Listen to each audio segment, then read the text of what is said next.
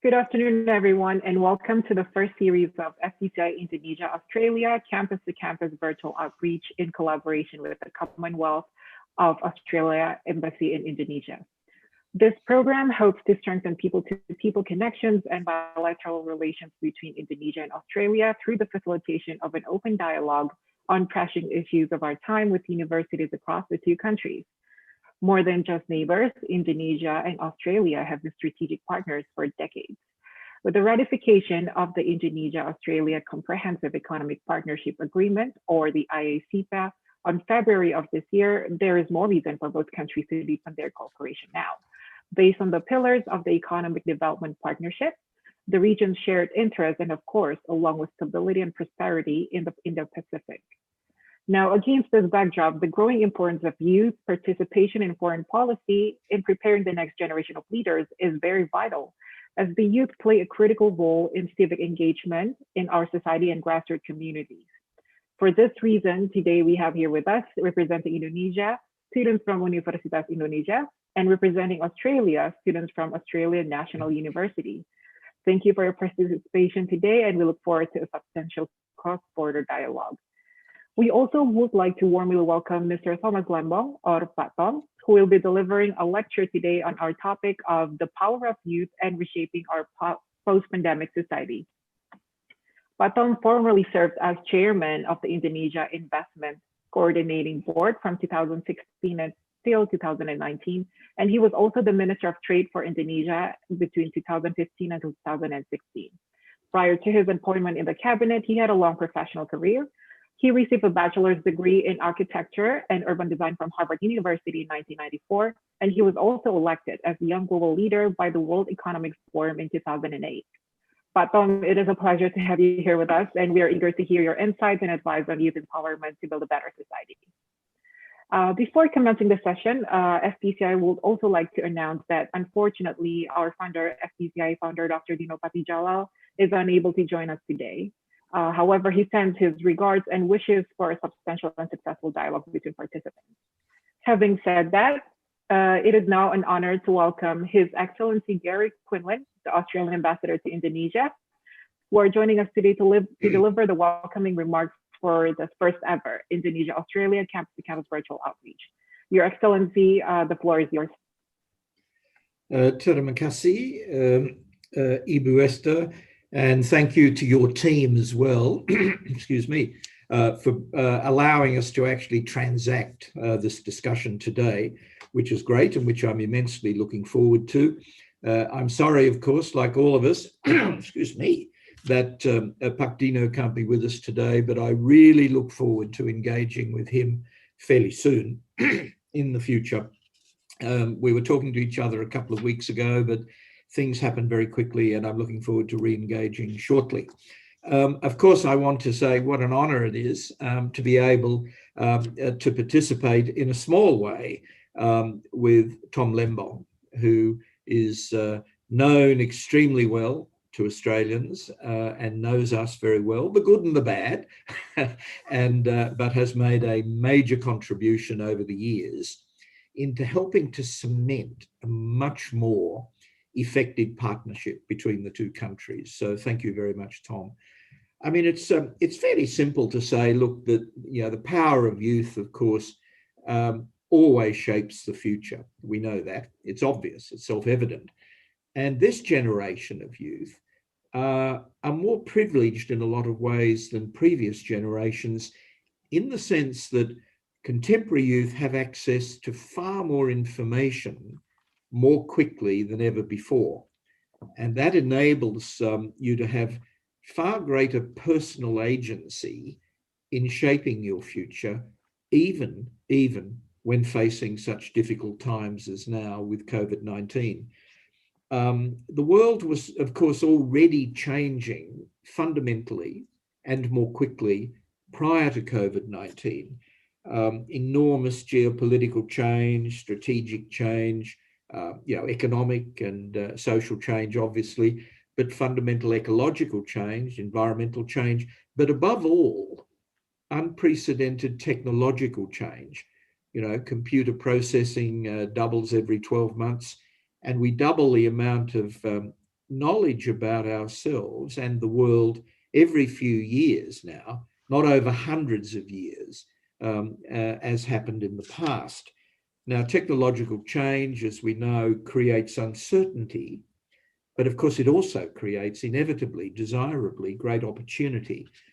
And youth and education are the keys to unlocking that opportunity, and I'm sure Tom will talk about that. At the moment, in both countries with COVID-19, young people have been inordinately affected by the pandemic. School, university life, severely disrupted, and those leaving school and looking for work have never had it so bad in many of our societies. And the national debt that countries are running up in order to meet economic, health, and social demands which must be met will inevitably have to be paid back over future generations, and that will shape the economic future for younger people in the periods ahead. But a webinar like today, which is engaging and mobilizing youth in both countries, is the way of the future between the two countries. As Ibu Esther has just said, Australia and Indonesia are strategic partners, and in fact are closer as countries, as partners, not just neighbours, but partners, which means we do stuff together than ever before. And the reason for that is because we need to be closer partners than we've ever needed to be before. And what I mean by that is the pace of change, the nature of change in our region, in our neighbourhood, and the world is so fast, so disruptive, that we need our resilience depends on close partnerships, our resilience as nations. And both Indonesia and Australia have decided very deliberately that we are both more resilient as economies, societies, and countries when we actually work together. And youth, younger people, are an absolutely vital part of the programming, the transactions, the work we do with each other is very much focused on the younger generation. And I want to say I've been ambassador in Indonesia for 2 years. And when I arrived, I was talking to another ambassador who'd already been in Indonesia for 3 years, I think. And he said to me, it was a courtesy call to introduce myself. He said, "Gary, whatever you do, spend as much time as you can with Indonesian youth, because they are liberating, they're great, they're focused on the future, and you will find them tremendous to engage with." And of course, the same applies to young people and students and others in Australia. So I'm dedicated, and my team at the embassy and across our posts in Indonesia, very much dedicated to doing more and more and more and more with each other through the younger generations. And that's not just diplomatic words, it's genuine. And we reflect it in our programming. And, when I look and meet young people in both countries today, despite this terrible experience of COVID, I must say I really do feel very good about the future. So thank you. Terima kasih, I should stop. I think I've spoken for too long. It's Tom we want to hear. Thank you. Thank you, Ambassador Quinlan. Unfortunately, the ambassador will not be able to join us until the very end. So in order to accommodate you best, we will be taking our virtual photo session with all the students and also with platform right now, as opposed to at the end. So students, if you can please open your camera and make sure to plaster a smile on. And on my cue, I'll be counting down to 1, and we will be capturing our screen. Okay. All right. 3, 2, 1. And one more time, since we have a lot of participants, so there'll be 2 pages of this. Another one. 3, 2, 1. Perfect. Thank you, everyone. Ambassador, thank you so much for participating today. We hope you have a good rest of your day. And without further ado, Ambassador, thanks so much for the kind introduction and your kind words. And I will be in touch with you soon, I hope. please. Okay. And now without further ado, I will give the floor to Pak Tong. But whenever you're ready, you may start the lecture. Thank you, Esther. Well, first, of course, I want to convey my very heartfelt thanks to the Australian Embassy and Ambassador Quinlan and team and the FPCI organization and community for this wonderful opportunity. I do this from time to time with various students. My colleague Hilda, who's helping me put on screen the slides this morning, she just rejoined us, my organization, after completing a master's degree at London School of Economics. And 3 months ago, she organized a similar webinar with London Business School, London School of Economics students. And I get to say, of all the different events which I get to speak, investment banks, rating agencies, investor forums, I always, most greatly enjoy speaking with and interacting with students very seriously, very honestly. So thank you all for making this happen, and all the participants, thank you for taking time from your busy schedules on a Tuesday morning to join us here. So I think to borrow Mbak Esther words, and sorry, I of course join Ambassador Quinlan in sending my prayers and thoughts to Vice Minister, to Ambassador Dino. And again, I have no doubt he will rejoin us soon, stronger than ever and better than ever. But I did want to briefly acknowledge him and his big role, not just in this morning's event, but broadly among Indonesian youth in our domestic context and around the world. But yeah, to borrow Mbak Esther phrase just now, without further ado, Hilda, if you can put the presentation on screen. Thank you. So I think we just go straight to the next slide, which is what we're going to be talking about this morning. And the first thing we're going to talk about is the end of the world. So, sorry, a little bit of a downer early in the week, but in case you hadn't noticed, the world is coming to an end. So we might as well talk about it. But don't worry, as they say, even if you know the world's coming to an end tomorrow, you should still plant a fresh tree today. So, but, well, heck, world's coming to an end. So the natural next question is, wait, Hilda, let's cover the agenda briefly. The next natural question is, well, now what do we do? Right? What the heck do we do? World's coming to an end. So obviously, let's talk about that. And this being a University of Indonesia ANU campus event, of course, I got to say a few things about Indonesia and Australia in today's context. And lastly, this is where I want to spend the majority of my talk, is how do we do it, right? I think I'm not gonna spend a lot of time on statistics and data and facts. You all read in newspapers, you have access to all that information.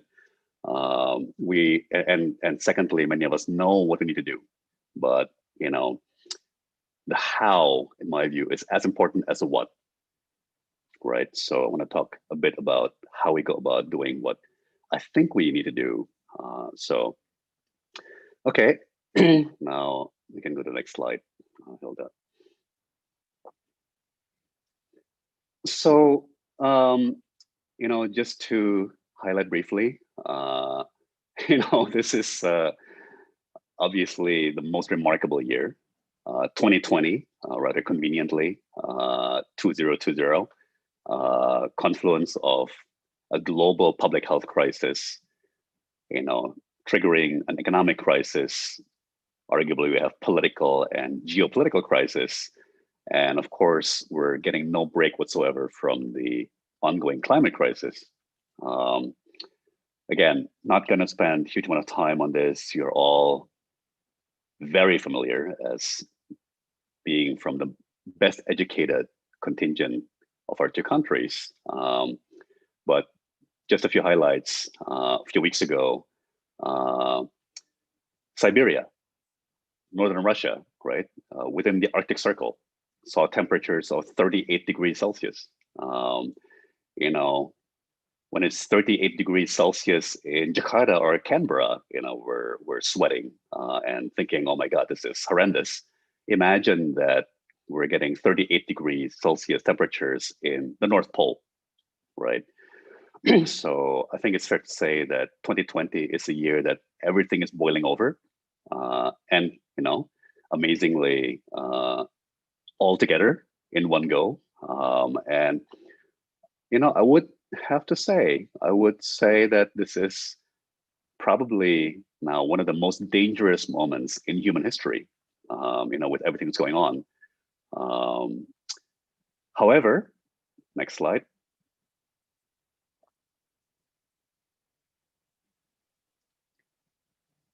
It's simultaneously one of the most important and arguably, you know, most exciting moments in human history, right? And I think this moment is for you guys.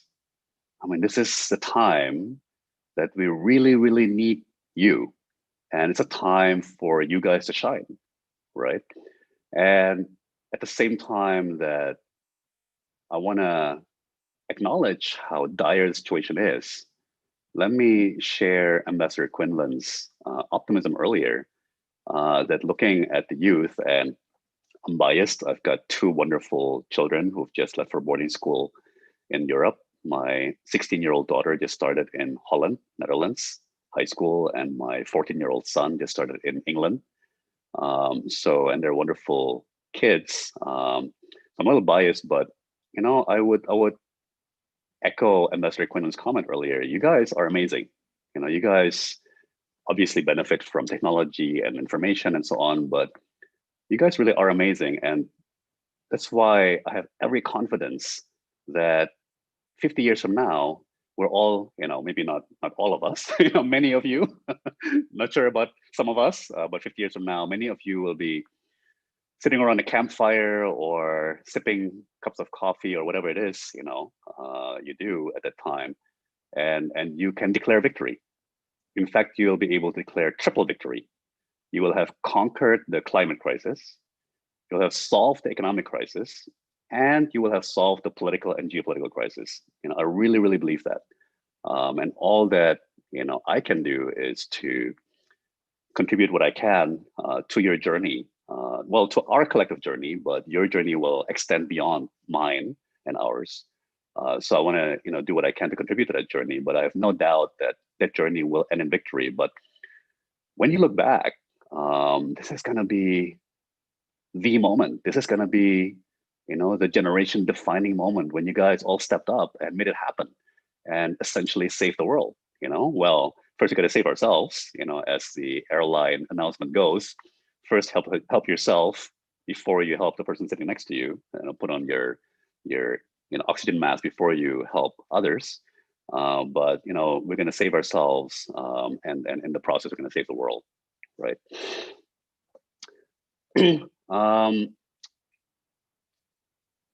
As Ambassador Quinlan mentioned, governments around the world are stepping in a big, in a massive way, and that's obviously the absolutely right thing to do. Honestly, you know, I think resistance to large-scale government action is crumbling even among the most conservative, libertarian, small government, you know, proponents. You know, the kind of challenge that COVID poses requires coordination, requires a scale of resources that no other entity other than nation states, you know, can muster. But as government expands and policy expands, right, politics also expands, right? And maybe we all feel that things were getting politicized even before COVID. Things are now getting even more politicized, but you know, and we'll come back to this. Politics is so key, is so fundamental. It's, you know, the overarching structure, and the institutions of government, and our civic life are the pillars that hold up so much of the structures of society. Now, unfortunately, a lot of our politics has turned rotten.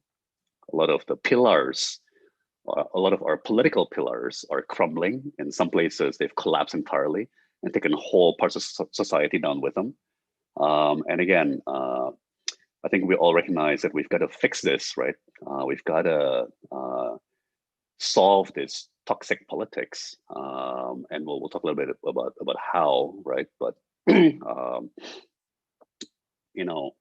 when I was a policymaker, a cabinet minister, it's very obvious that we answer to our political masters, right? The elected politicians decide what's our agenda, right? To channel the people's aspirations, and our policies are both shaped and constrained by it. So, unless all of us together change the politics, it's going to be very difficult to get the right set of policies, right? So next, okay, we've established world's coming to an end. So now what do you do? Next, we are in what I call a multi-crisis, right? Public health crisis, economic crisis, political crisis, climate crisis. And I already mentioned that crisis is opportunity, right? It's human nature. It's very difficult to push through really fundamental reforms when things are just hunky-dory, when things are just fine and everybody feels, well, why we have to go through all this trouble and take pain. It's usually during crisis that fundamental reforms and fundamental changes are finally put into motion. However, not all crises are created equal. And amazingly, we actually can waste crisis, and we actually do waste crisis. And with prior apologies to any partisans, but I would argue that we kind of wasted the opportunity of the September 11 crisis, right? And I would even argue, we may have really wasted the opportunity of the 2008 global financial crisis, right? There's so much more we could have done, after September 11. There's so much more we could have done after the Lehman Brothers crisis, 2008. But what we've got instead is over the subsequent 2 decades and the last 1 decade, the climate crisis has gotten worse, right? Inequality has gotten massively worse, which is also linked to the financial sector and the financial system, right? But there are positive examples of how we use crises to drive incredible reform. Indonesia, obviously, 1997, 1998 financial crisis, right, coincided with the downfall of President Suharto's 34-year-old dictatorship and the opening up of democratic reforms and personal freedoms and civic freedoms and the like. And maybe less in our radar screen.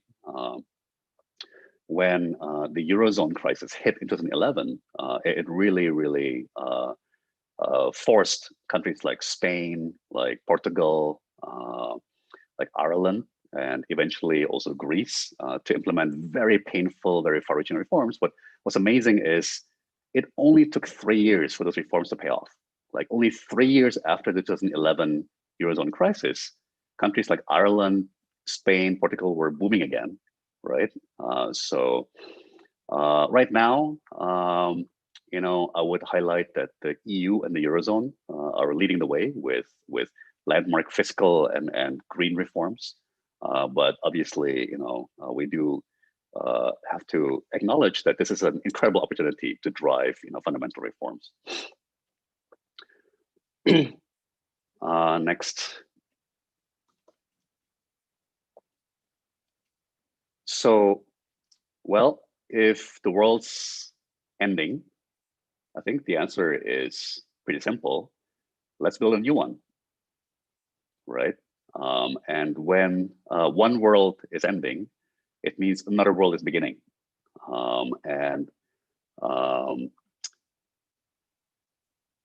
It's this is now the reset button, right? This is, as President Jokowi famously put it, we're rebooting the computers.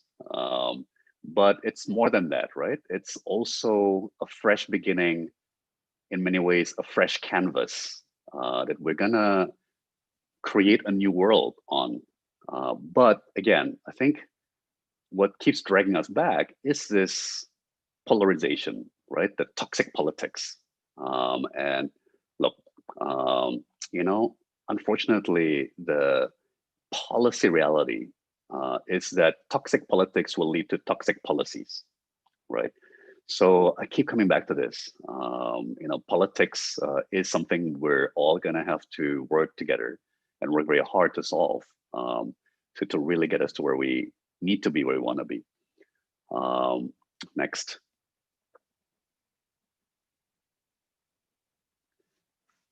What is also inescapable is, notwithstanding the rise of populism and nationalism, in many parts of the world, if you try to take a step back and look objectively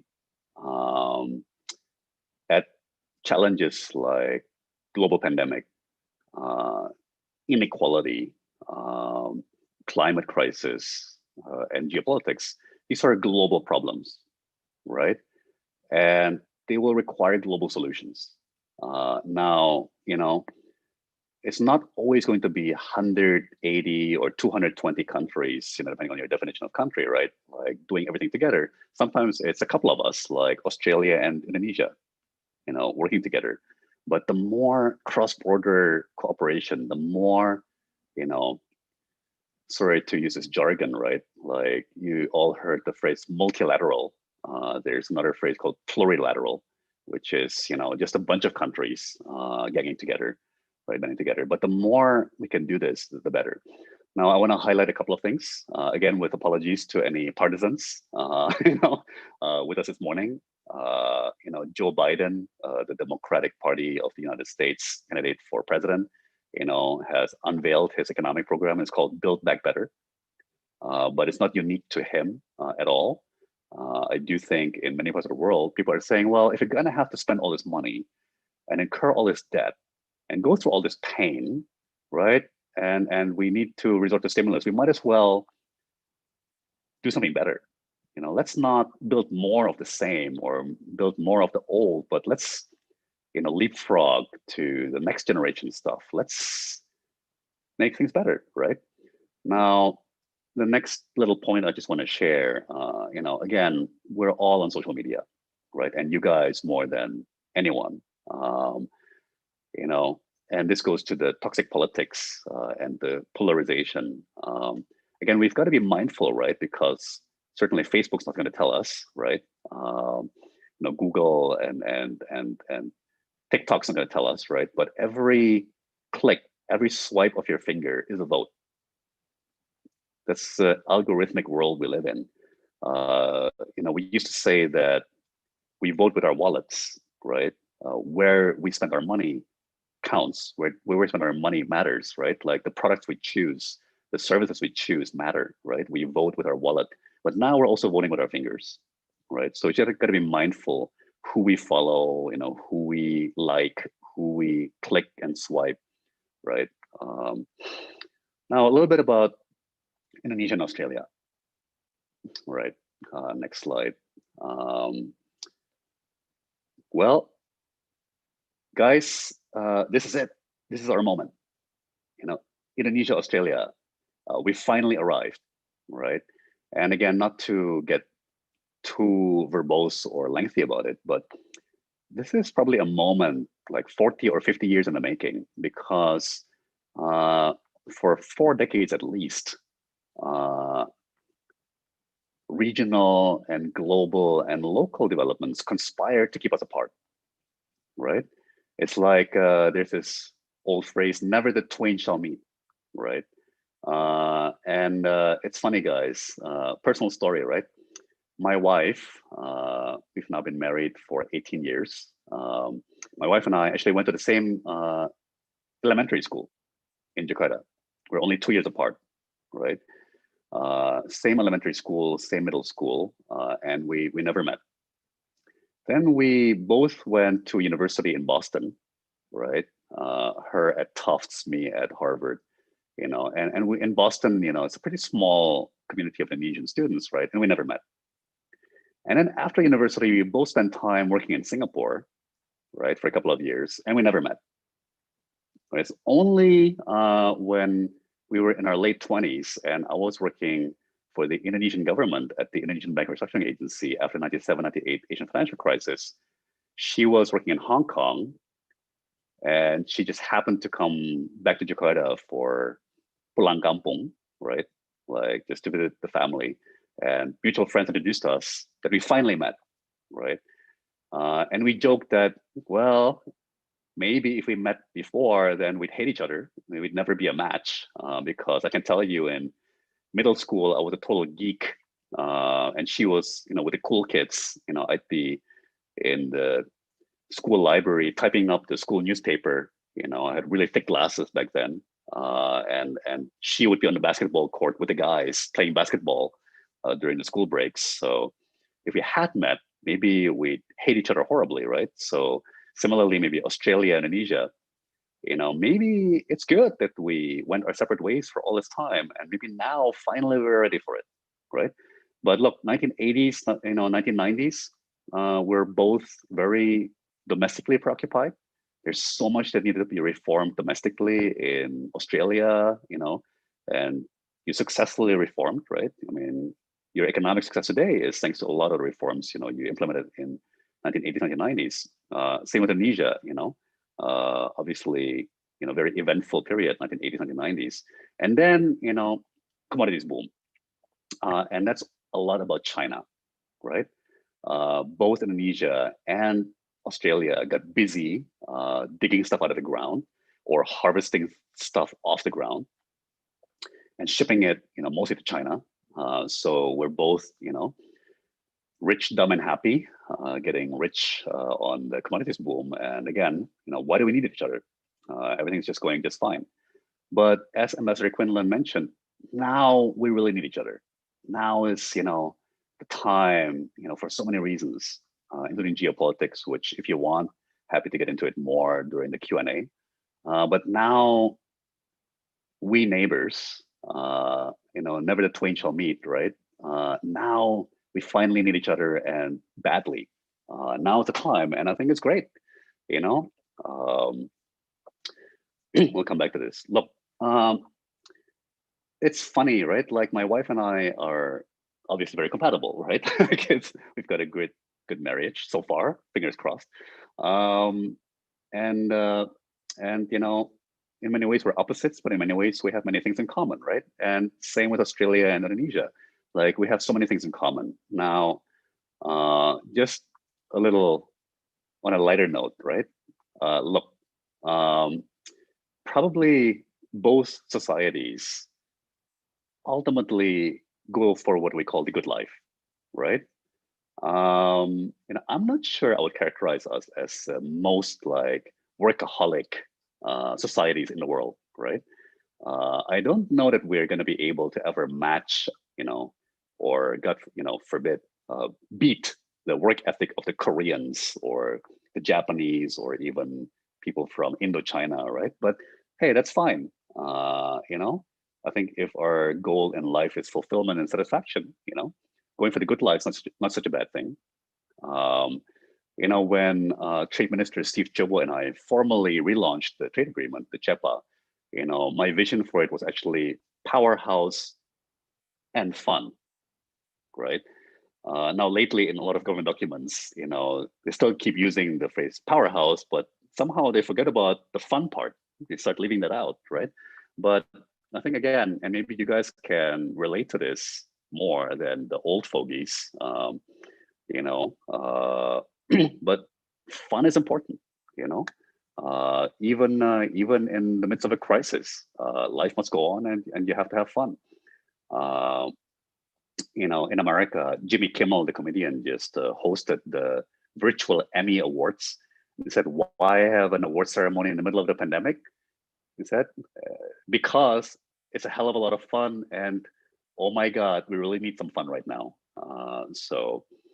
But look, more broadly, confronting all these crises is about protecting our way of life, right? There's so many freedoms and enjoyments that we enjoy and take for granted that are now threatened, right? Whether it's by forest fires, wildfires threatening fresh air, the freedom to take a deep breath of fresh air, right? To fragmentation of the internet and censorship and self-censorship, or distortions to data flow and information flow that impinge on our freedom to get the objective, truthful information we want and we need.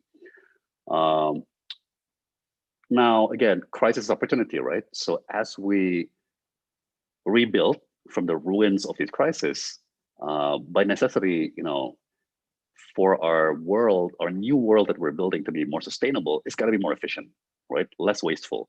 But again, part of my optimism is I really believe it's going to be a more knowledge-intensive world. And I really believe with your help, it's going to be a more spiritual and more fulfilling world and more fulfilling life, right?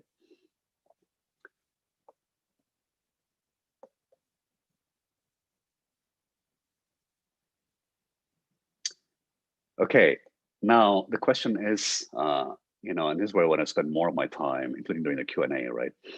How do we do it, right? How do we go about doing this? Well, I decided to highlight 4 messages to all of you, to all of us. One is, as I mentioned at the beginning, it's not only the what, but also the how, right? It's not only what you say, it's not only what we say, it's also how we say it, right? Second, what may surprise a lot of people, because maybe history has become a not so sexy subject, somehow around the world lately.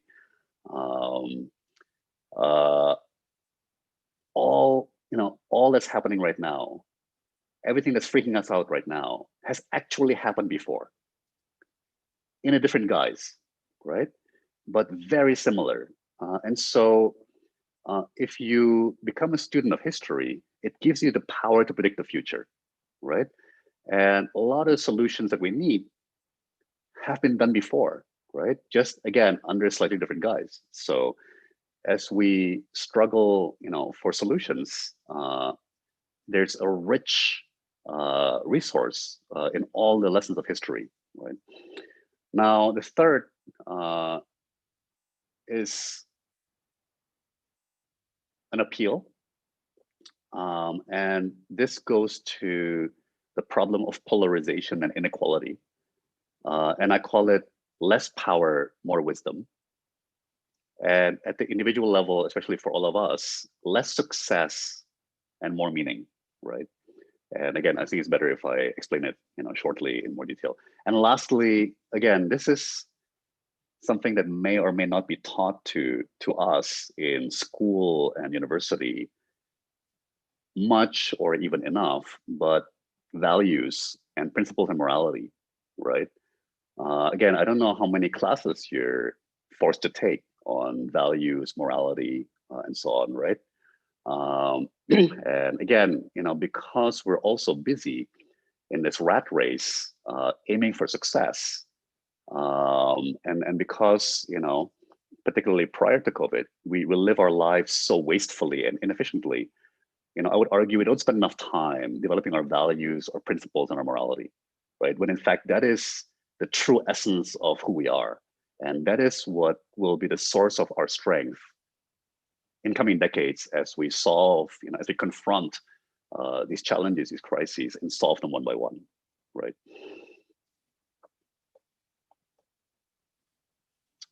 So I think we can all appreciate that it's not only what we say, but how we say it that matters, right?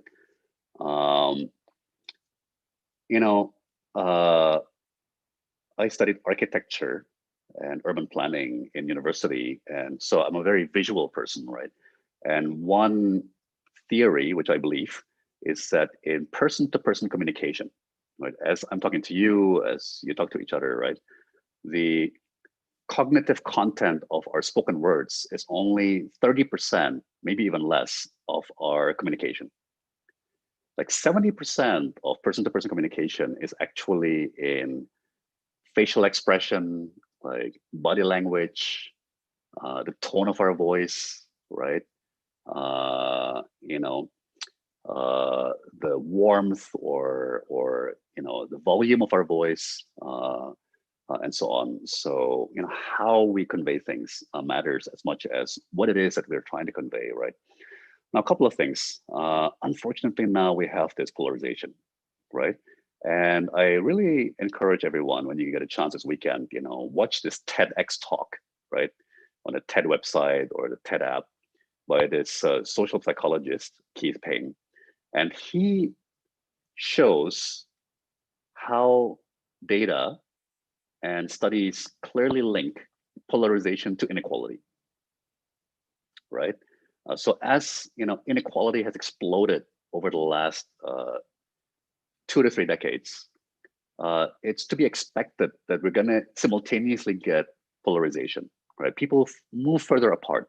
Not only that, as winners become bigger winners, they become more stubborn, right? They become, or should I say, we become more stubborn and more entrenched and more close-minded. And the losers from the system, tend not to experience the same. They tend to be more open-minded, more listener, right? The problem is the losers are losing so much now. There's a powerful human element that comes in called shame, right?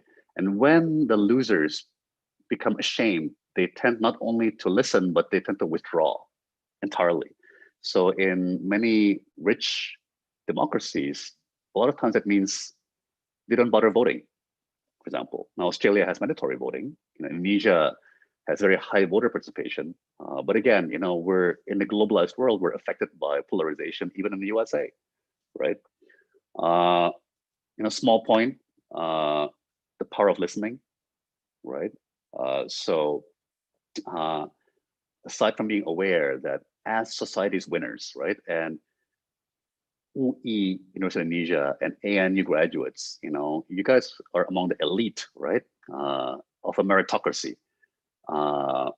We really need to realize that the onus is on us, right, to depolarize, to be more open, to to bring down the temperature and the tone of the public dialogue, the public discourse.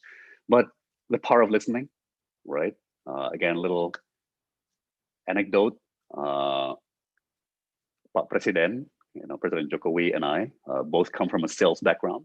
Like he was the salesman in his factory operation, his furniture business. I was, salesman for most of my life, anyways. But it's not about schmoozing or being a great talker. You'd be surprised. Actually, great salesmen are great listeners, right? We can identify exactly how the customer thinks or what the customer actually needs. A lot of times we can anticipate what they need before they even do, right? And that is the power of listening. And that will be an incredible secret weapon that you can have throughout your careers, is being a really attentive, close listener. And in this day and age, for example, that means putting down your phone, right? Putting away your phone and really focusing on the moment and the person, right? Now, next, again, so much of what we're going through right now, guys, our grandparents, our great-grandparents, our great-great-grandparents have already gone through, right? So as we search for solutions, we can turn to our elders. In fact, we can turn to the records of our elders, right? And again, I'm concerned because these days everyone's going into computer science, right? Everyone's going into STEM, and that's a good thing for vocational skill and for a lot of the labor force. That's absolutely right. But I'm now talking to University of Indonesia and Australian National University students. You guys are future leaders, right? So yes, we need to be deeply immersed in the STEM, right? Technology, engineering, mathematics, and so on. But as leaders, as future leaders, we gotta become greater students of history, because if we don't, we'll be stumbling into the same mistakes that people made before with really tragic consequences. So here's just a couple of examples. Well, if you're worried about climate change, if you're worried about global pandemic, it's happened before. Tambora volcano in Indonesia, the largest volcanic eruption in the history of humankind, right? And at the time, it caused, crops to fail, right? Harvest to fail. It caused famine and global depression in places like the United States. It caused, political upheaval. It expanded the market for opium in China, and so on. And people didn't realize, these things were happening on the ground at the national level in each country. But it's only decades or centuries later that they were able to link that to a global phenomenon, right? Again, global problem that ideally can be solved with global solution, except in the 19th century, didn't have the internet yet, didn't have this kind of globalization, right? So everybody had to fend for themselves. But again, it's incredible, right? Or this other book, Jared Diamond, just 1 year ago, Upheaval, right? Talks about 6 examples of countries in crisis and the catharsis, right? The process that the societies and the leadership of the society have to go through to get ourselves out of crisis. By the way, Indonesia is also one of the 6 featured in that book, Upheaval, by Jared Diamond. But look, as you know, knowledge is power, right? Knowledge is power. Just an illustrative point, another colleague who just joined us in my organization, he went to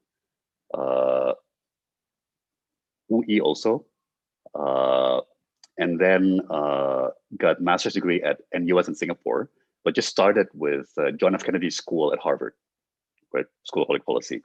And he said, wow, the volume of reading at these universities like Harvard is unbelievable. It's several times, a multiple of what we read at UI or even at NUS. Like the volume of reading is incredible, right?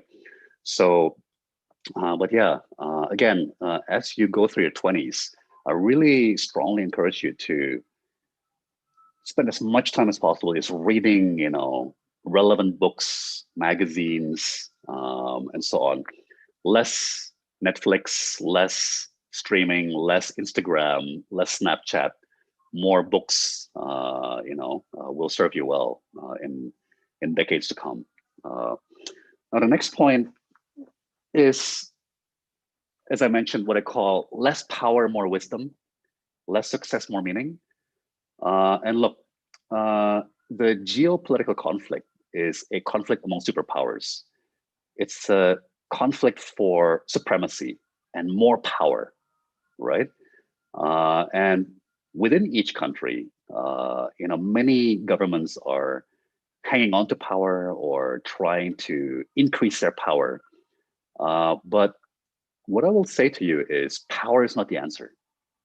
More power is not more goodness, right? In fact, this old phrase, right? Power corrupts, and absolute power corrupts absolutely. So a lot of times, more power actually makes things worse, right? What we need is more wisdom, not more power, frankly. Now, how does this translate at the individual level, at our level, right? We're not presidents or prime ministers fighting to stay in power or fighting to get power, right? At our personal level, it's about that like success philosophy, right? About the boundless ambition to get rich quick, to get up the ladder, right? To get out on top, to have status. And look, a lot of us will succeed, right? Some of us will get fabulously rich. Some of us, get fabulously successful. But do you see how that's feeding the inequality, right? In a world that, because of technology and capital markets and globalization, amplifies the victory of the champions, right? This relentless success culture will make inequality worse, right? Now, again, I'm very delighted and hopeful and optimistic because I already see, right? You guys, Gen Z, or what now will increasingly be known as the COVID generation, you guys are the least greedy, the least materialistic generation in arguably 50 years, right? Like, and I hear these stories from younger colleagues, like everybody's like searching for jobs that have social impact, right? And you guys care so much about everything from gender to gender equality to injustices to the common good, community, and so on. So, but again, I just want to highlight that more power is not the answer, and at an individual level, more so-called success is also not the answer. In many cases, we make it worse, right? Unless we redefine what it means to be successful, right? Come up with a new definition and a next generation version of what is success, right? And again, good news, right? Sharing economy, knowledge-based economy, globalization will make it all easier to lead less wasteful, more efficient, highly fulfilling lives with a smaller carbon footprint, right? Maybe we used to like work really hard to make a ton of money to buy a Lamborghini or buy a Ferrari. Well, now with the sharing economy, you can rent a Ferrari for like half an hour, right? So why bother buying one, right? Just sit there in your garage, collecting dust. I have to employ somebody to wipe the dust off. But increasingly, we don't need stuff. We don't need junk. We can rent it on demand when we want it or when we need it, for example. Now, lastly, and this is sort of the end of it, then we'll go to Q&A. I apologize for running a bit over time. But when you really, really think hard and deep about what is wrong with the world and why are people behaving this way? Why are we behaving this way? Like, why am I behaving this way or a certain way at certain moments or certain times? It does come down to what's feeding the roots of our existence. What is feeding the roots of our essence and character? And whether we're aware of it or not, it is actually values and principles or the lack thereof, right? And again, one worrisome trend over the last 20, 30 years, because the global economy and the very capitalistic economy rewards the winners so massively, right?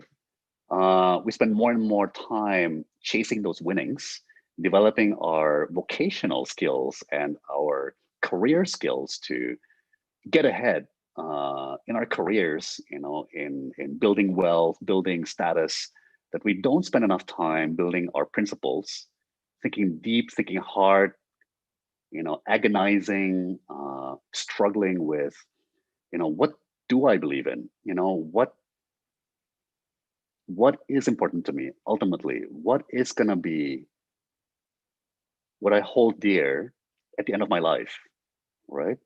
Like, how often in a given week do we just sit there and think about that, for 20 minutes, 30 minutes, or even hours, right? Like, gosh, what do I believe in, right? What would I do, or where would I stop? What lines would I cross? Or in my life, what am I proud of? What am I not proud of? Like, and let's be humble and really honest, right? So, and look, I will pitch to you as your salesman, as I just mentioned, come from a sales background, that it's not only gonna be a powerful secret weapon for all of you, all of us, to build really meaningful, really satisfying lives. I believe it's actually a great business opportunity, a massive business opportunity. Again, you are both the movers and shakers and the market, right? I mean, you shape the market, you are the market.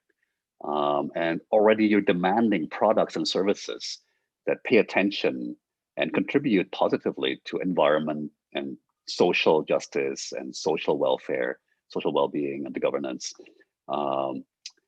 So as producers, let's fulfill that demand, right? Let's bring that into our products, into our services, into our careers. Again, this recklessness, this carelessness, this feeling that you just pollute at will is a moral failing, right? The recklessness, the carelessness that we just don't care, like, well, these forest fires feels like something that's really far away. It doesn't affect me. That's a moral failing, right? Again, there's a famous moral dilemma. You may have encountered this in philosophy class, right?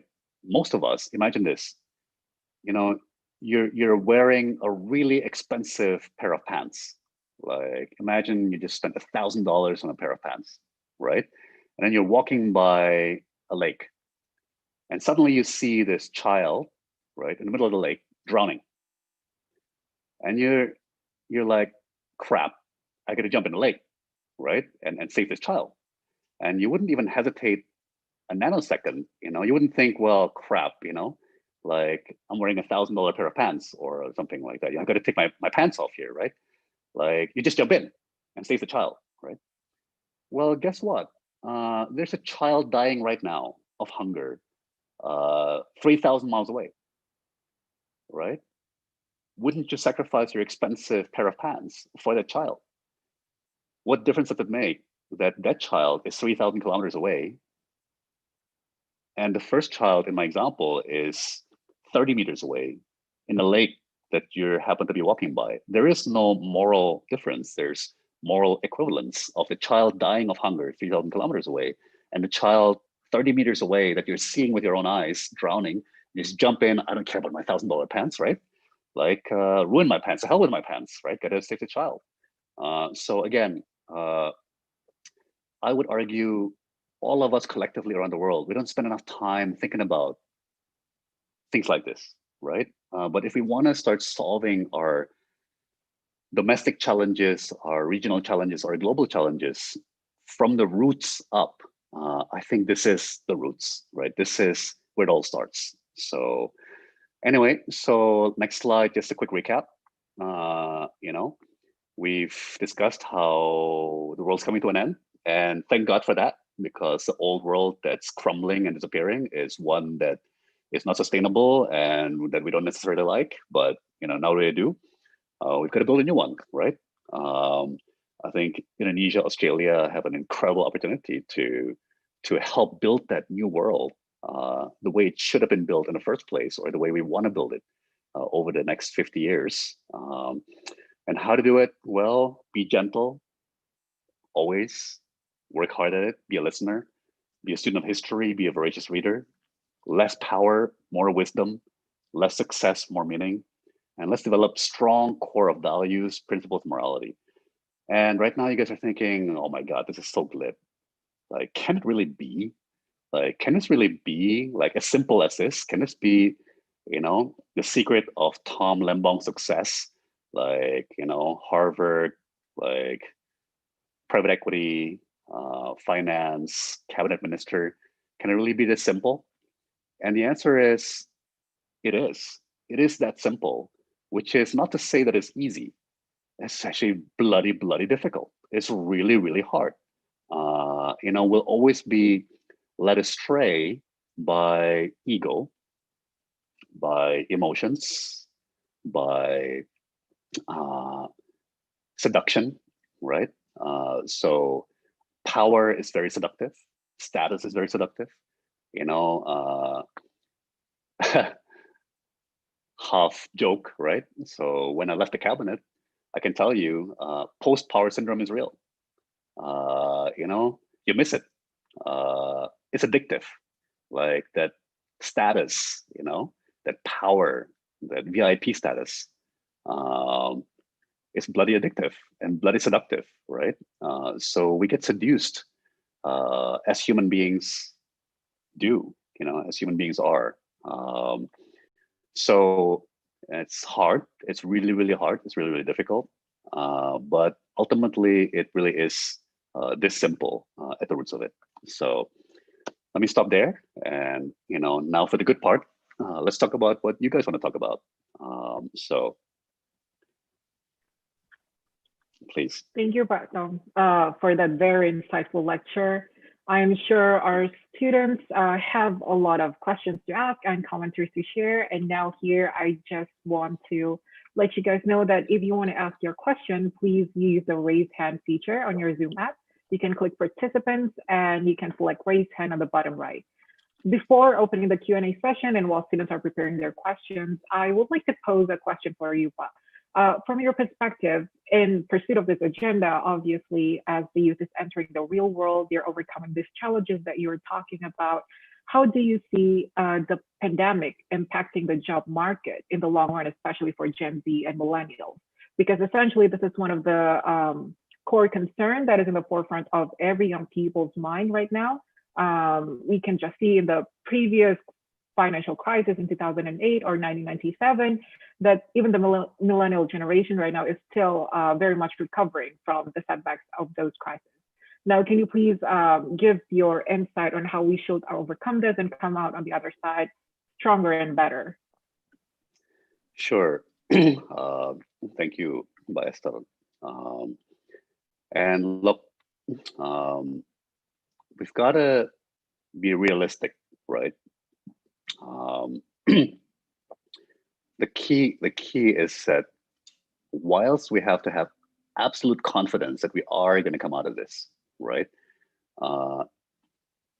Studies and data show that like unwarranted optimism tends to be negative for survival and solution, right? So the paradox is, you have to be really confident and sure that you're going to do whatever it takes, right? At the same time, you have to stare reality in the face, right? And reality is that studies do show those classes, right, those years that graduate into the middle of an economic crisis or recession suffer lifetime impairment to income, right? And the dynamic is that your first job kind of sets the starting point, right? The base from which you work your way up the income ladder. And when that base suddenly gets dropped, you start from a lower base, and that's got consequences for the rest of your life almost, right? But that's an aggregate statistic, right? That's true for a broad swath, like a broad group of people. Within that aggregate, there are many people who actually thrive in a crisis and thrive from a crisis. And I touched on earlier how actually I'm a child of crisis. I graduated in 1994. And then after stints in New York and Singapore, I arrived in Jakarta in 1997, just in time for the Thai baht to devalue 6 months later. And the rupiah to crash and President Suharto to resign almost like 12 months later. And I am very much like all of you, a child of crisis. And that's why learning from history, right, gives me every confidence that you too can turn this crisis into an incredible opportunity. Just like I did. And if I can do it, you can do it. It really is not that complicated, but it is bloody hard. It is very, very difficult, right? Well, a few advice, right? I think, just like global problems require global solutions, like crazy times require crazy solutions, right? So, one advice I have for a lot of elite students like London Business School, London School of Economics, University of Indonesia, ANU, we're trained all our lives to protect our career, right? To protect our reputation, protect our career, protect our image, right? But at times like this, it's both necessary and sensible to go crazy, to be a bit crazy, right? So my version of that was after I landed on my feet at Deutsche Bank in Jakarta, this thing came along. Friends from IMF, International Monetary Fund, and World Bank came to me and said, hey, central bank and Ministry of Finance, BI, Kementerian Keuangan, are setting up this new agency called the Indonesian Bank Restructuring Agency. It's kind of like the Resolution Trust Corporation in the USA after the savings and loans crisis in the 1980s, or after Germany set up a similar agency after the reunification of West Germany and East Germany, right, to hold all the state assets and privatize them. Would you consider working for this? And I thought, well, heck, I don't see the economy recovering anytime soon. I'll be stuck, in this job, or this feels like the opportunity of a lifetime to do something really, really big, right? And again, a lot of people don't realize that when I joined President Jokowi's cabinet in 2015, that was actually the second time I worked in government. I had a stint before in 2000, 2001. And again, it really taught me so much about the bureaucracy, about government, about policy and macro policy that became, really valuable capital modal, right, for me when I then joined President Jokowi's cabinet, 15 years later or 14 years later, right? So, again, each of you has a very specific context, but it's time to leave behind the safe choices, right? The traditional choices, and go for the crazy choices, the crazy options, right? Leave behind the crowd and branch out in exotic and new directions. Thank you for your answer, Pa. Hopefully it can motivate all of us. And now I see some questions being raised. Before I address you, I would just like to highlight the fact that you will have to state your name and also the university of your affiliation, either you're from UI or ANU. And first we have Michelle Lam. You can give your question now. Yeah. Hi, my name is Michelle Lam, and I'm part of the ASEAN Australia Strategic Youth Partnership. And I'm currently on the team working on a project called Break the Chain, which is aiming to bring together young professionals involved in the modern slavery, human trafficking, and forced labor space. So I guess my question, because I think we focused a lot on what young people can do, is how do young people get older people to listen to them, / kind of get a platform in this space, which typically tends to get dominated by more mature voices or people who are already established in the industry? So, again, to be very realistic, and thank you, Michelle, for the question. To be very realistic, right? Well, maybe Indonesia or Australia are not that broken yet in terms of how toxic our politics or how toxic the public discourse is, right? But in some places, and I would argue, well, maybe I shouldn't name names, right? But in some places, I would argue the politics is so broken and the polarization has become so deep, right? What I see as a more realistic approach is to create what I call oasis, right? Little oasis of respectfulness, and reasonableness and enlightenment, right?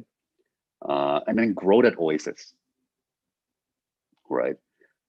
So again, I think in our context, that might entail, okay, looking at my family circle, looking at my circle of friends, looking at my circle of colleagues, looking at my circle of Facebook friends, looking at my circle of Instagram friends, whatever, right? Where can I create communities and oasis of reasonableness and oasis of enlightenment, right? And then gradually grow that oasis, right?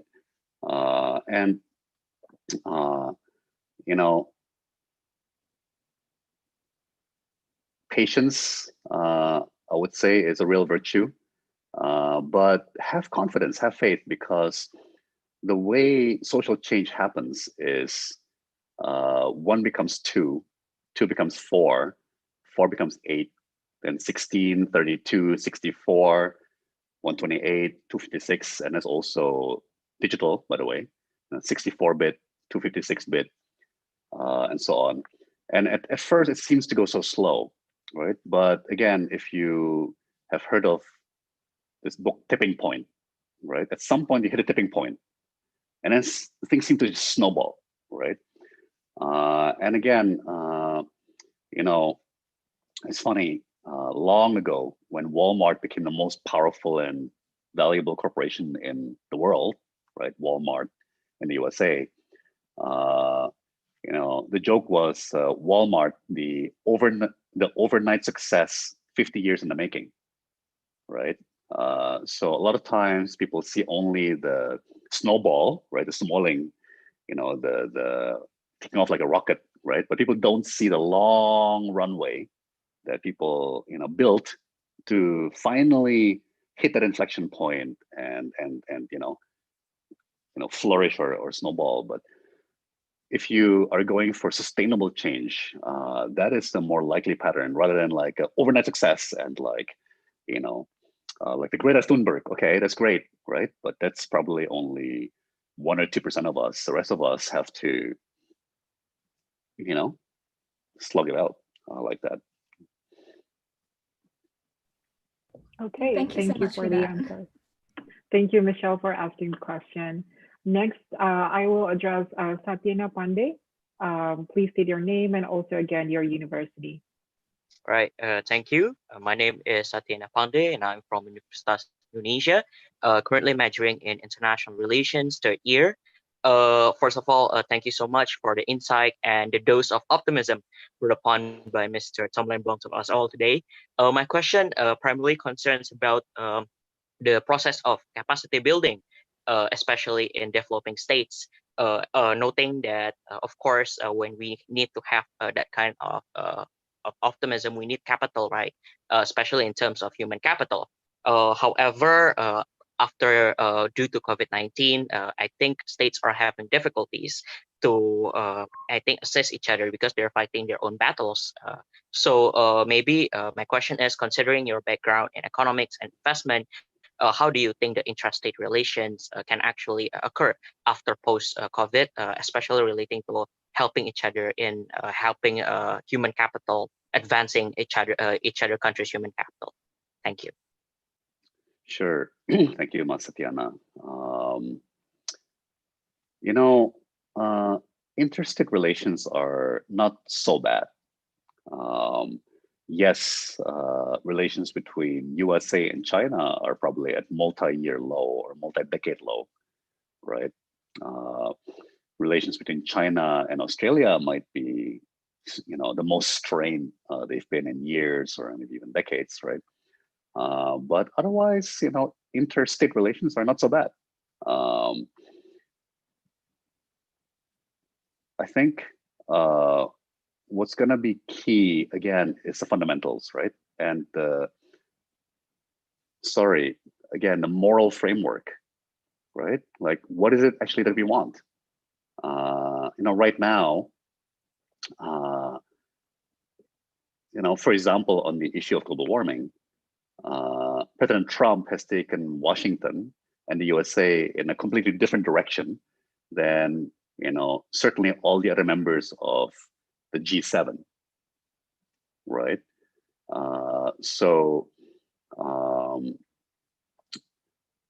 And that's on climate change, you know, climate issues and global warming. The USA is, under the Trump administration, you know, proudly an outlier. So that's what they want, but it's not what the rest of us want, right? I was very heartened to see, I believe this afternoon, one of Australia's cabinet ministers is giving a speech, who's, you know, that was already circulated ahead of time. And he will be highlighting 5 key technologies Australia will pursue to cut the carbon emissions and carbon footprint, right? So even though Prime Minister Scott Morrison's government is conservative, right, similar to the Trump administration or the Republican Party, you know, the Australian government is sending signals and making tentative steps towards reduction in carbon emissions and paying greater attention to climate change and extreme weather events. But yeah, ultimately, you know, it goes to that politics, right? It goes to the polarization and the need for us to build consensus and to get everybody on board. And you know, what Michelle just asked, right? Like, how do you get people to listen?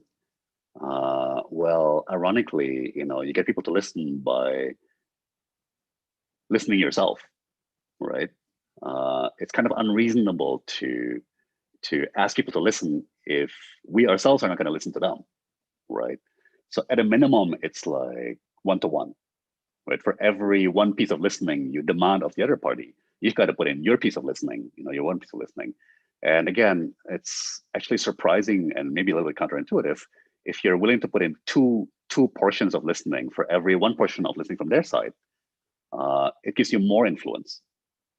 So again, like it's very strange, right? You'd think the more you talk and the louder you talk, the more influence you have. But ironically, a lot of times, the less you talk, all right, the quieter you are, you can have more influence. You know, again, I've been in so many events with President Jokowi, particularly before he became president, right? Once he's president, like you're forced to talk all the time, you know. But I've been in so many meetings or so many events where you just sit there and he says very little, right?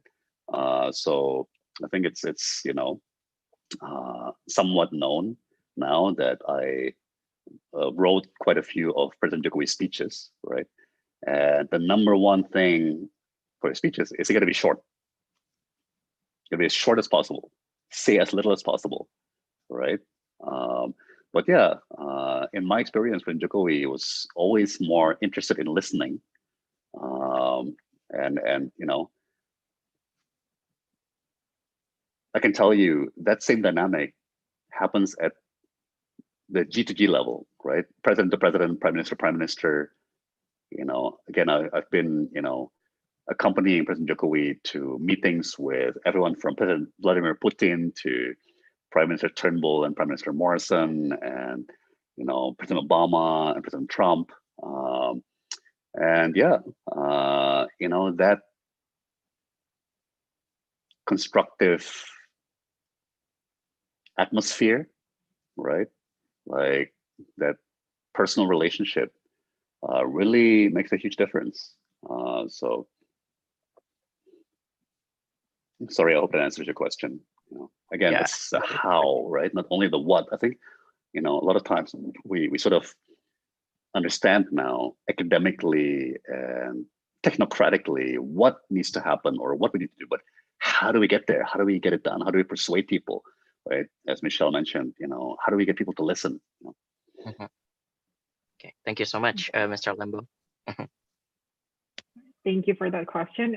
Next, we have Latifa. Okay, good afternoon. My name is Latifa Jannah, student of University of Indonesia, currently majoring in Dutch studies. I have a question for Mr. Thomas, and it has correlation to the Australia. The Minister of Education of Australia is proposing that he wants to allocate the education funding into nursing, agriculture, STEM, and IT instead of social science. And he urged more university and industry partnerships to drive workforce participation and productivity. But if we're talking about humanities disciplinary, it has the capacity to enrich Australia's contribution to moral reasoning, critical thinking skills necessary for democratic citizenship. And you, sir, Mr. Thomas, say that we could have done so much more for the recoveries of the global financial crisis in 2008 back then, and so on. And now the younger generations has a chance to fix economic crisis and such, and we need to defend our way of life, like what you just said. But the Ministry of Education wants funding for a better workforce, labor force, instead of the humanity disciplinary. So what are your take to this Australia's plan for the funding reallocation? Thank you. Thank you. It's a great question. Thank you so much, Latifa. Well, the two are not incompatible, right? So greater funding and greater focus for employable skills in promising industries like nursing, healthcare, tourism, lifestyle. Yes, those will come back after COVID, right? So increasing funding and focus broadly to boost employable skills can happen at the same time as greater focus on humanities, right? But again, speaking as a businessman now, with like a businessman's perspective, right? You probably have to segment the customer base, right? You have to segment the customer base. So in this forum this morning, all of us are quite academic. I mean, you're university students, right? I'm a university graduate, ex-technocrat. So for us, very academic people, reading a lot of books is a very good option, right? And university resources, university community, but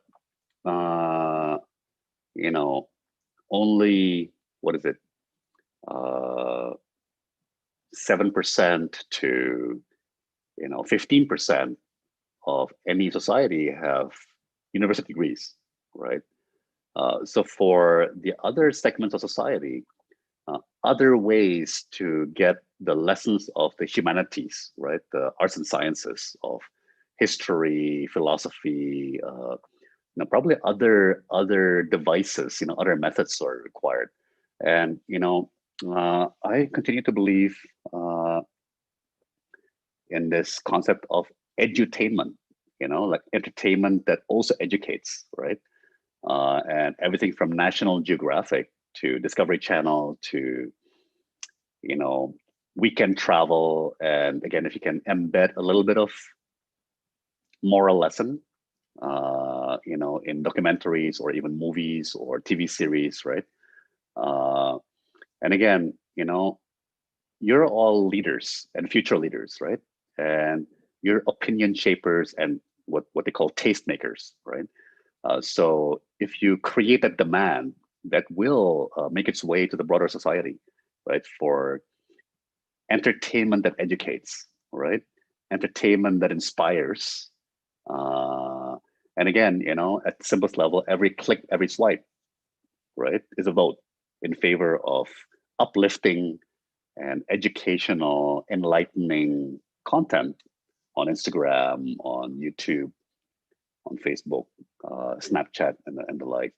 But more broadly, again, whatever career each of us chooses, I think each of us individually need to become an agent of enlightened content and enlightened approach, whether it's in finance like me, in banking and finance, investing, right? Like I've got to tilt the transaction or the investing in a direction that's uplifting and moral, morally justifiable, morally responsible. Or even if you have a restaurant, right? Like how we serve, how we treat the workers, how we talk to each other, how we invest in our staff or fail to invest in our staff. That's really the building blocks of the broader society. So again, I think options that are available to us, the educated elites, unfortunately, are not always available to other segments of society, right? And we've got to come up with creative solutions, right? To socialize or to bring these moral lessons and these philosophies to the broader society. Okay, that's an eye-opening explanation. Thank you so much, Mr. Thomas. Thank you, Mbak Latifa.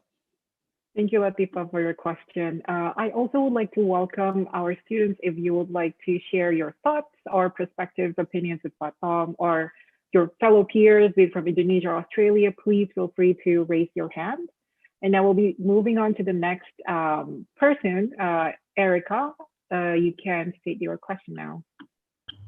Hi, my name's Erica. I'm from the Australian National University, and I just want to raise again the topic of the environment and how can we solve the climate crisis when both countries rely heavily on oil and gas as their main export?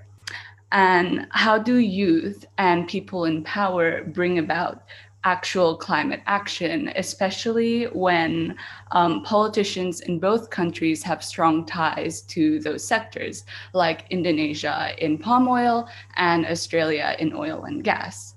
Furthermore, the main agenda in a post-pandemic world is obviously economic recovery, but what happens when the government open industries that may actually create more harm to the environment? Yeah, that's it. Thank you. Thank you, Erica. That is such a crucial and painful question, right? Again, the reality is that Australia and Indonesia are the world's like #1 and #2 coal exporters. So what do we do, right? And frankly, even here in Indonesia, the plan as it stands is to keep building more coal-fired power plants, right? And many people would argue that whilst, as I mentioned earlier, we see promising steps like the Australian minister's speech this afternoon highlighting 5 technologies to reduce carbon emissions, right? Many people would argue Australia's not moving fast enough, right? So what can we do? Well,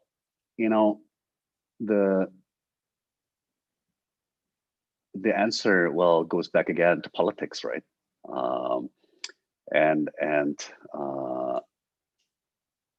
Join the global movement.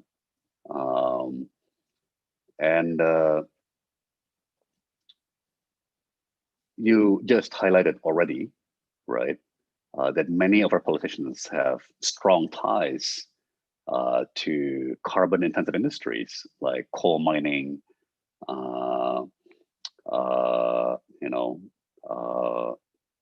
coal-fired power plant construction, and the like, right?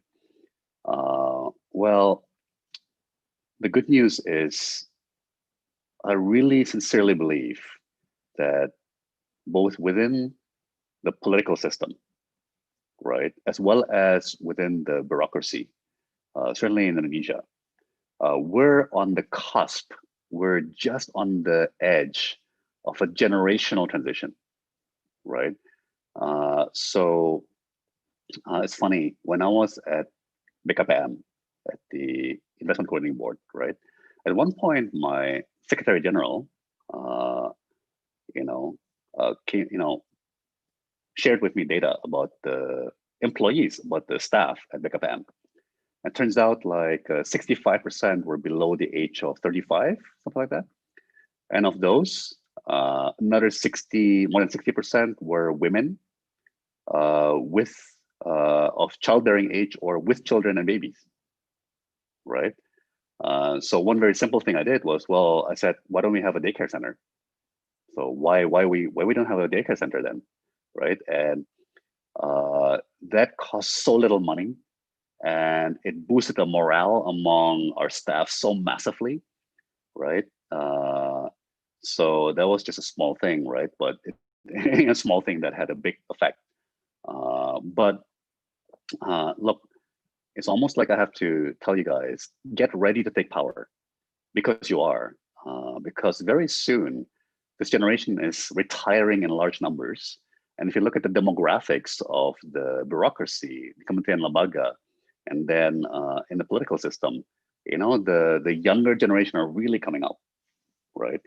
And if you look ahead to 2024, I think you're going to have a lot of young people. You have a lot of young people, including running for president and vice president. And these are your peer.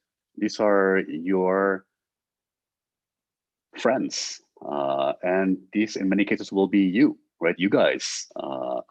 We'll be working in the Kementerian Lembaga, or we'll be working in multinational corporations, or in local corporations, or in NGO, or in government elsewhere, right? I think it's very appropriate that the organizers, titled this session "The Power of Youth," right? Again, you will, and we will, myself included, we will encounter opportunities every week to say the right thing, right? To act in the right way, to be a good listener, to nudge towards the right solution, and to nudge towards the demand for the right kind of products and services. But again, I think, how do you maximize your power, right? How do you maximize your influence? I would say by being sincere, by being good-hearted, by having a strong moral core, right? By being respectful and loving, and by being a great listener. So I'm sorry I keep coming back to the same thing in many ways. But the other thing I will point out is like this, right? I already highlighted this phenomenon in the real world called the tipping point, right? So it seems like for a long time you're just pushing and pushing and pushing, right? And nothing seems to happen, and then suddenly everything's happening at the same time, right? Like it snowballs, like an inflection point, a tipping point. Well, the obverse, the opposite also happens, right? A lot of times things just keep going and going and going and going, and gosh, nothing seems to be able to stop this thing, and then it just collapses. It's fall off a cliff, right? And if you look at economic crisis or currency crisis, a lot of times it's like that. It's, we call it falling off a cliff. It's a cliff effect, right? Like confidence is strong until suddenly it's not, right? It's just like bam. And again, I really believe that there's enough momentum around the world, and it's gonna reach Indonesia, Australia very soon, that suddenly the coal mining, coal power plant industry will just collapse, right? What all of us can do collectively is to nudge and nudge and nudge the system and the society closer and closer to that point where it falls off a cliff, right? So that's how I believe the world works. Things seem impregnable or irresistible, like invincible, until suddenly they're not. It's just like boom, and I think carbon intensive industries are gonna experience that moment, and every one of us needs to be a persuasive and effective person to contribute our bit to that process, I guess.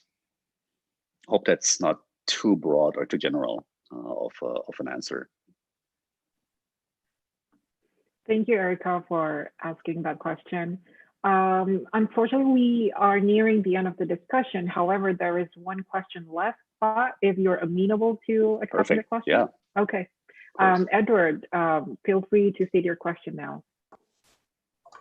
Thank you so much, Mr. Lemberg, for speaking to us today, as well as to Ambassador Quinlan for his earlier remarks.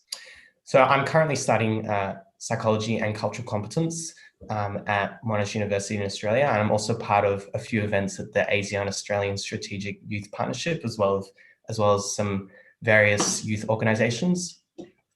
So people-to-people relations, particularly in the Indo-Pacific region, are crucial.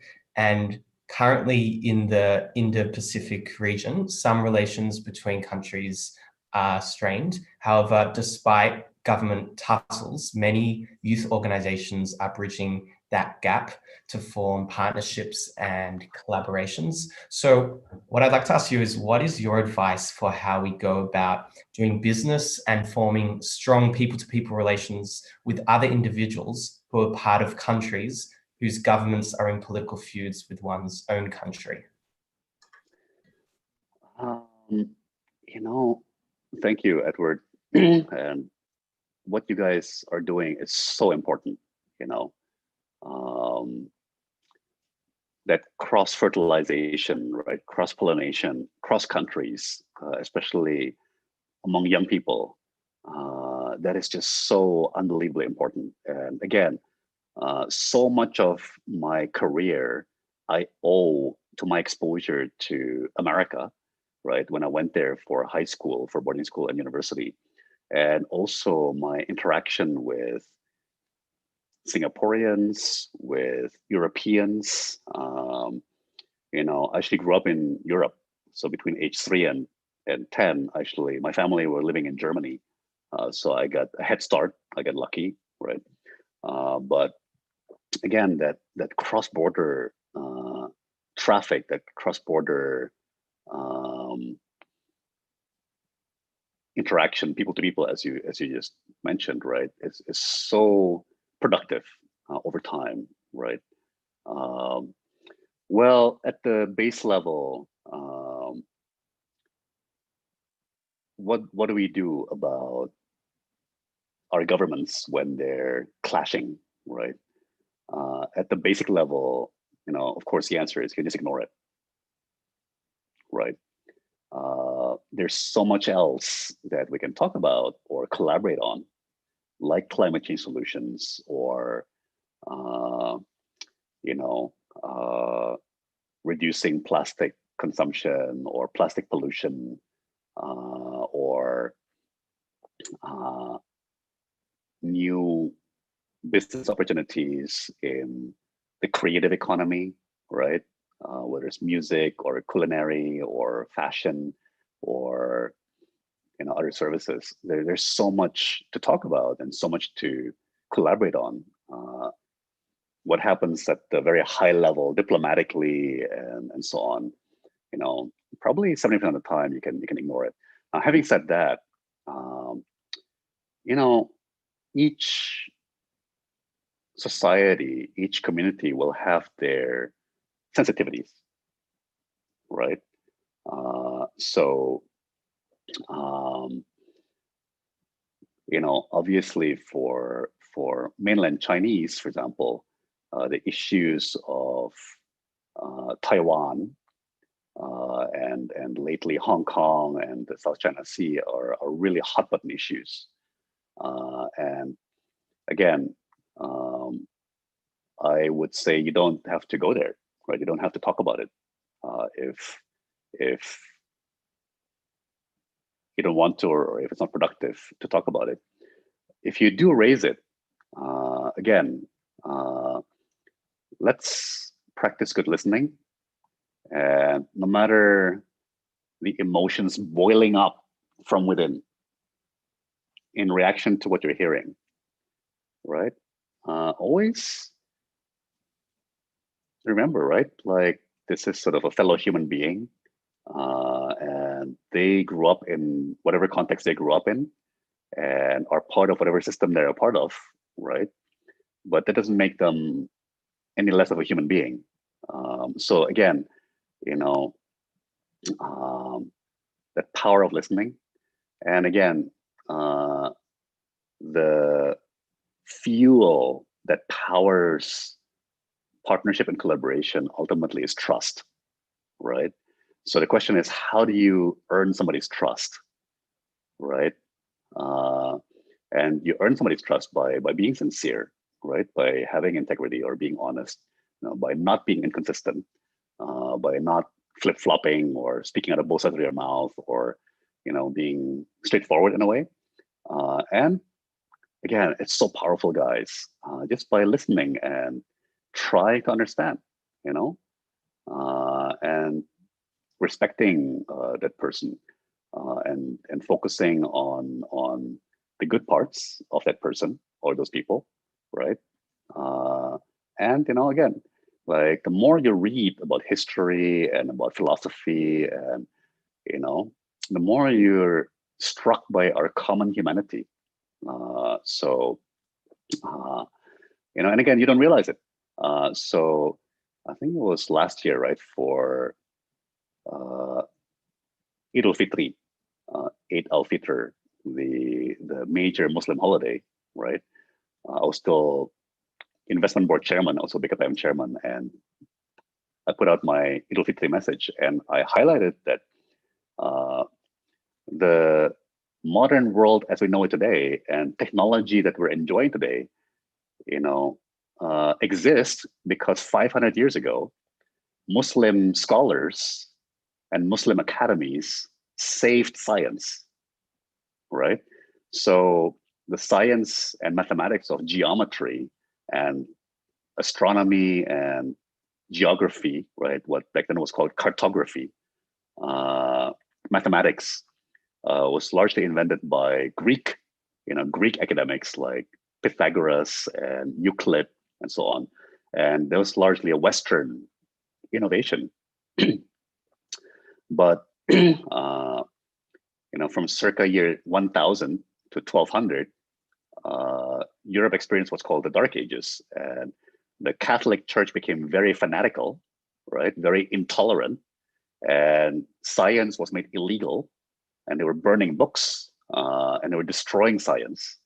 And basically, the people who saved science, who saved geometry and mathematics and cartography and astronomy, were Muslim scholars in places like Baghdad and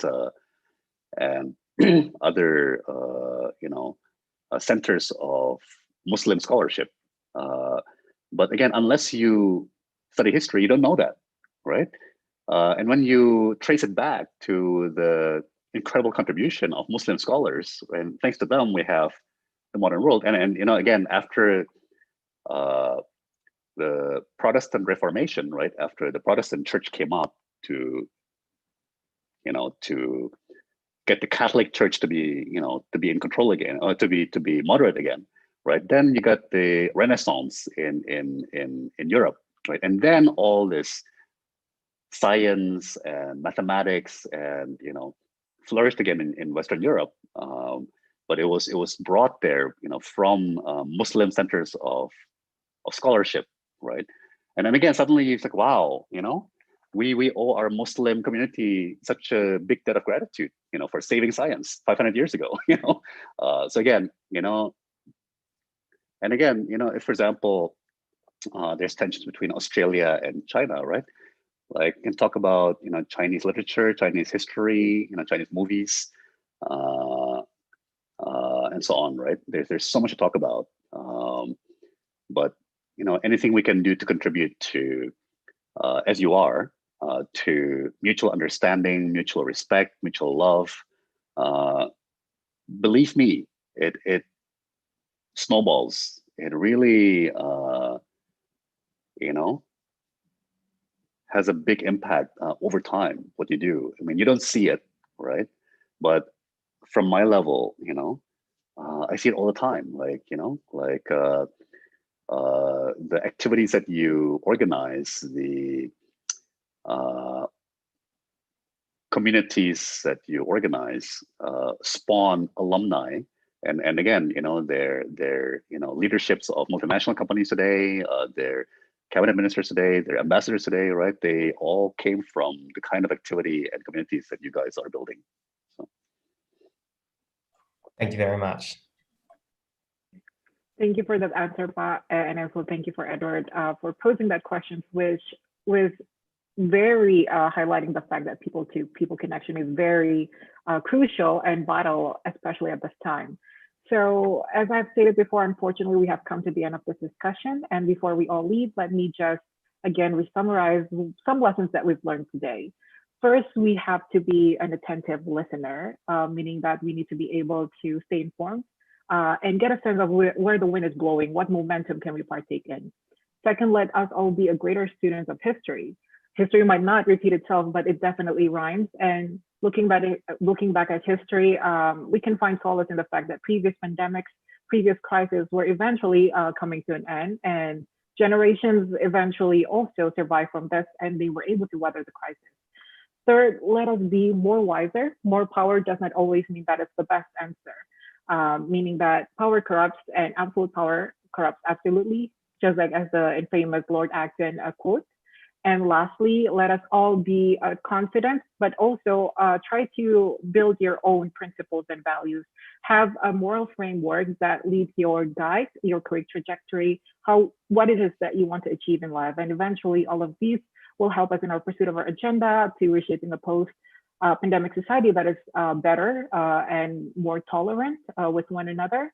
And yes, and just the fact that you are participating today in this dialogue is a testament of that. So again, on behalf of FPCI, please allow me to thank you all for your participation today, for Pat Tom Lembong for your very insightful lecture, and for Ambassador Gary, thank you as well. And if you would like to add something, please feel free to do so. Okay, no. All right, thank you so much, everyone. Let me endorse Pak Tom's comments about reading. I'm a great reader, a very passionate reader, and whatever happens, I always say to student audiences, you must be curious. Always ask questions, always search out knowledge. And reading is a fantastic vector. It can transform everything. Yeah. I will endorse that statement as well. And then, yeah, thank you again, everyone. And you can feel free to look forward to more events like this between Indonesian and Australian students. In the future, we will announce it on our social media and website. But thank you again for your participation today, and we hope that you all have a great rest of your day. Thank you. Thank you all. Thank you, Pak Tom Lembong. Very welcome, and thank you all as well. Thank you. Ambassador.